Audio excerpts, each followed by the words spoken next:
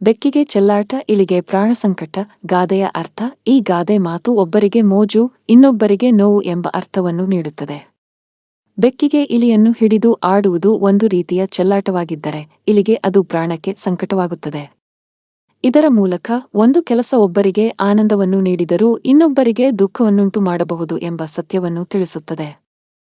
ಉದಾಹರಣೆ: ಒಬ್ಬ ವಿದ್ಯಾರ್ಥಿಗೆ ಪರೀಕ್ಷೆ ಬರೆಯುವುದು ಒಂದು ದೊಡ್ಡ ಸವಾಲಾಗಿದ್ದರೆ, ಇನ್ನೊಬ್ಬ ವಿದ್ಯಾರ್ಥಿಗೆ ಅದು ಸುಲಭವಾಗಿರಬಹುದು. ಒಬ್ಬ ವ್ಯಕ್ತಿಗೆ ಹೊಸ ಕೆಲಸ ಸಿಗುವುದು ಸಂತೋಷದ ವಿಷಯವಾಗಿದ್ದರೆ, ಇನ್ನೊಬ್ಬ ವ್ಯಕ್ತಿಗೆ ಅದೇ ಕೆಲಸ ಕಳೆದುಕೊಳ್ಳುವುದು ದುಃಖದ ವಿಷಯವಾಗಬಹುದು. ಜೀವನದಲ್ಲಿ ಈ ಗಾದೆಯ ಪ್ರಸ್ತುತತೆ, ಈ ಗಾದೆ ಮಾತು ನಮ್ಮ ದೈನಂದಿನ ಜೀವನದಲ್ಲಿ ಹಲವು ಸಂದರ್ಭಗಳಲ್ಲಿ ಅನ್ವಯಿಸುತ್ತದೆ. ಒಬ್ಬ ವ್ಯಕ್ತಿಯ ಸಂತೋಷ ಇನ್ನೊಬ್ಬ ವ್ಯಕ್ತಿಯ ದುಃಖಕ್ಕೆ ಕಾರಣವಾಗಬಹುದು. ಆದ್ದರಿಂದ ನಾವು ನಮ್ಮ ಮಾತು ಮತ್ತು ಕೆಲಸಗಳನ್ನು ಎಚ್ಚರಿಕೆಯಿಂದ ಮಾಡಬೇಕು. ಇತರ ಭಾವನೆಗಳನ್ನು ಗೌರವಿಸುವುದು ಮುಖ್ಯ. ಸಂಕ್ಷಿಪ್ತವಾಗಿ, ಈ ಗಾದೆ ಮಾತು ನಮಗೆ ಕಲಿಸುವ ಮುಖ್ಯ ವಿಷಯವೆಂದರೆ, ಪ್ರತಿಯೊಬ್ಬ ವ್ಯಕ್ತಿಯ ದೃಷ್ಟಿಕೋನ ಮತ್ತು ಅನುಭವಗಳು ವಿಭಿನ್ನವಾಗಿರುತ್ತವೆ. ಒಂದು ಕೆಲಸ ಒಬ್ಬರಿಗೆ ಒಳ್ಳೆಯದಾಗಿದ್ದರೂ ಇನ್ನೊಬ್ಬರಿಗೆ ಕೆಟ್ಟದಾಗಬಹುದು. ಆದ್ದರಿಂದ ನಾವು ಇತರ ಭಾವನೆಗಳನ್ನು ಅರ್ಥಮಾಡಿಕೊಳ್ಳಲು ಪ್ರಯತ್ನಿಸಬೇಕು ಮತ್ತು ಅವರೊಂದಿಗೆ ಸಹಾನುಭೂತಿ ಹೊಂದಬೇಕು.